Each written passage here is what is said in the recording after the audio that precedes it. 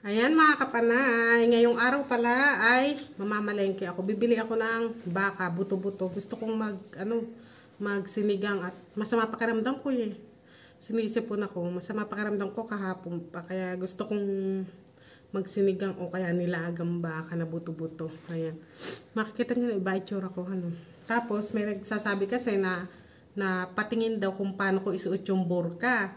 Kaya ay pakita ko sa inyo kung ano itsura ko pag lumalabas. Ay nagbabag ako para yung pinamimili ko ay dito ko na lang nilalagay sa bag, hindi na sa plastic kasi minsan yung plastic baka mabutas, ganun, malaglag pa yung mga pinamili ko. Kaya ayan, nagagamit na lang ako ng bag. Tapos ito ang burka. Binigay sa akin nung, di ba nagpabili ako, hindi na pinabayaran. Gift na lang daw sa akin nung biyana ng hipag ko. Kaya ayan, libre. Nakalibre na naman tayo. 3,000 ang bili nila dito. 3,000 dito. Iba-iba klase ng burka. Merong, ito kasi makita. Ito, parang may ganyan na ganyan. Ang tawag, may pahabang ganyan. Yung iba, parang kudrado lang. Nakasapat lang sa ulo. Ito kasi may pa ganyan o may pabuntot na ganyan. Tapos ayan, ganyan, mo lang siya, didiin mo lang siya para magswak kasi ang ulo ko pa naman ay medyo malaki kaya kaya hindi siya masyadong mag-shoot, pero kailangan mo siya ganyan para hindi siya maaalis.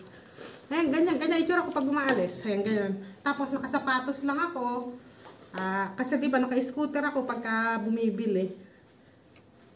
Alam niyo na, hindi ako nagchichinelas kasi baka makita yung paa ko, sabihin pa, ay, ang mga Chinese pala, mga Chini 11 pala ang kuko sa paa.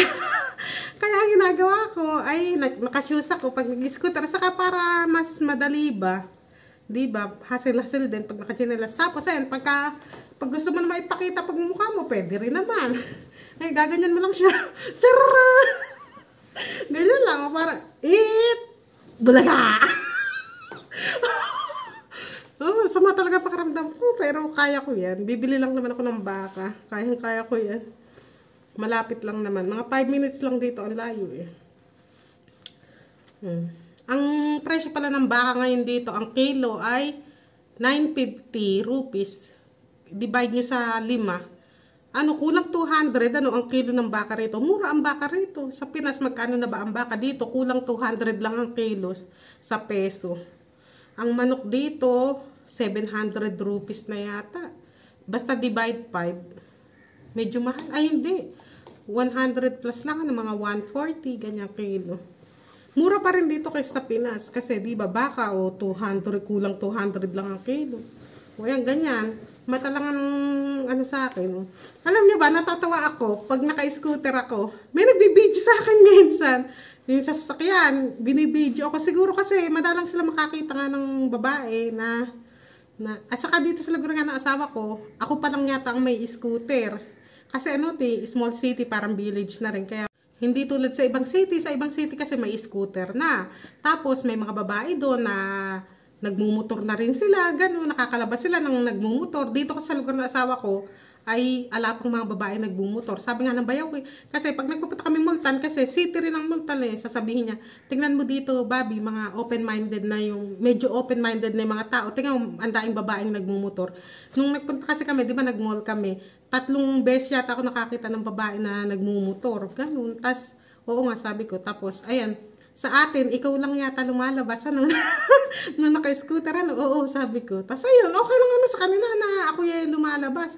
Basta, pinapaalalahanan lang ako na mag-iingat ako. Lalo na kasi dito sa Pakistan, ay medyo kaskasero kasi yung mga tao rito. Saka biglang lumalabas kung saan-saan. Yung mga taong naglalakad sa gitna ng kalsada, ikaw ang iiwas, ganun.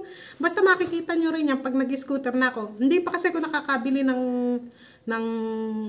lagayan ko ng cellphone pagka mag-i-scooter ako. Umorder pa lang ako sa Daras Pag dumating na, magbibideo ako pagka naka-scooter ako. Sa ngayon alam mo na, ayan, ganito muna tayo, get ready with me.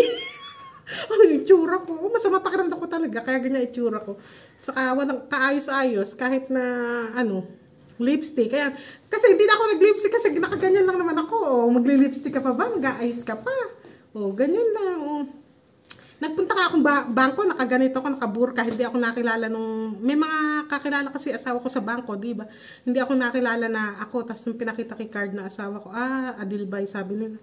Tapos ayun, yung hipag ko naman sa kabyanan ko, tumatawa na, pupunta ka bangko, ganyan, ganito daw itsura ko, nakaganito ko. Kasi hindi sila nagaganito. Madalang na lang yung nagaganito rito, nagbuburka, yung mga may edad na lang, saka yung mga masi. Kaya minsan nga, tinatawanan ako ni Usman sa ni Mariam, Mama, masi ka ba? Kasi nga, yung masi, yung naglilinis dito sa bahay, nagaganito ng suot, yun lang ang nakikita nila, saka yung medyo may matatanda na. Ayaw nga akong pagganituhin sana nung asawa ko sa kabyanan ko. Gusto nila, abaya, hijab na lang. Maghijab na lang daw ako. Sabi ko, ganito na lang. Sabi ko, para mas yung wala nang inaayos-ayos, na bakandi pa rin, ganyan. Ganito na lang, isusuklob lang. Ang medyo ayoko lang dito, medyo hindi ko nakikita yung daan, yung humps, ganyan. Hindi ko siya agad nakikita. Kaya, ewan ko ba kung maghihijab na lang ako sa susunod, pero komportable ka security para hindi rin nakikita agad yung mukha ko na chini ako, na Chinese, kaya ganito sinusuot ko. Kasi pagkakita, pinagtitinginan ako lalo pagka nakikita ng ibang lahi ako. Saka syempre, paglabas ko at nakahijab ako, kailangan ko mag-lipstick ko para hindi ako magmukhang mukhang ewan, diba? Ganun din kasi asawa ko pag lumalabas kami, gusto niya yung medyo nakaayos naman ako, yung magayos na. Kasi ako minsan lumalabas ako ganito lang itsura ko, hindi ako nag-aayos talaga, hindi ako nag-lipstick. Sabihin na asawa ko, maglagay man lang daw ako ng lipstick, kahit mga hipag ko, biyanan ko. Para kung sakali man may makakita sa akin na kamag-anak siguro, saka gusto nila yung yung maganda itsura ko sa iba, yung lalo sa mga kamag-anak, kasi dito ganun, yung titignan ka talaga pagka dumalaw yung kamag-anak, titignan ka yung ayos mo. Kaya dito pagka may dadating na kamag-anak, pinagme-makeup ako. Naku ako naman ala akong hiling nga, lalo na pag nasa bahay. Hanggang ngayon, nasanay na lang sila sa akin na, ganito lang itsura ko. Ayan, mukha akong ewan pagka nasa bahay o pagka may tao, ganyan talaga. Hindi sila kasi ganon. Lipstick agad. Mahilig silang mag-makeup kahit yung walang bisita. Sasabihin ko, saan ka pupunta? Sabi niya. Nung minsan pag mga hipag ko andito, mahilig silang mag-ayos. Mag-lipstick, magkilay. Ayan, ganun sila. Gusto nila lagi silang maganda sa paningin ng kanilang asawa. Asawa ko rin gusto, lagi ako naka-makeup. Kaya pag dumadating yun, naka-makeup ako, tuwan-tuwa. Kaya pag dumadating siya, nagme-makeup ako. O pagka matagal na siya rito ilang araw na, hindi na ulit ako nagme-makeup. Tumaba ako. Ganyan ako pag nagkakasakit, tumataba. Kasi kain ako ng kain. Hindi ako yung, di ba yung iba pag nagkakasakit, hindi ko makain. Alam pala. Kain ako ng kain. Kasi hindi ako pwedeng hindi kakain dahil baka manghina ako. May mga anak ako, di ba? Hindi ako pwedeng magpabebe. Buti na lang kung andito sana yung asawa ko, pwede ako magpabebe, di ba? May mag-aalaga sa mga bata. Kaya hindi ako pwedeng magpabebe. Kaya kahit may sakit ako, mas lumalakas akong kumain talaga. Kain ako ng kain para lumakas ako agad. Pagka, kasi nga yung mga anak ko lang mag-aasikaso, di ba? Iba pa rin yung nalulutuan mo, natitignan mo. Ayan mga kapanay, aalis na ako. Baka maubusan ako ng baka. Yung ribs ang bibiling ko, buto-buto.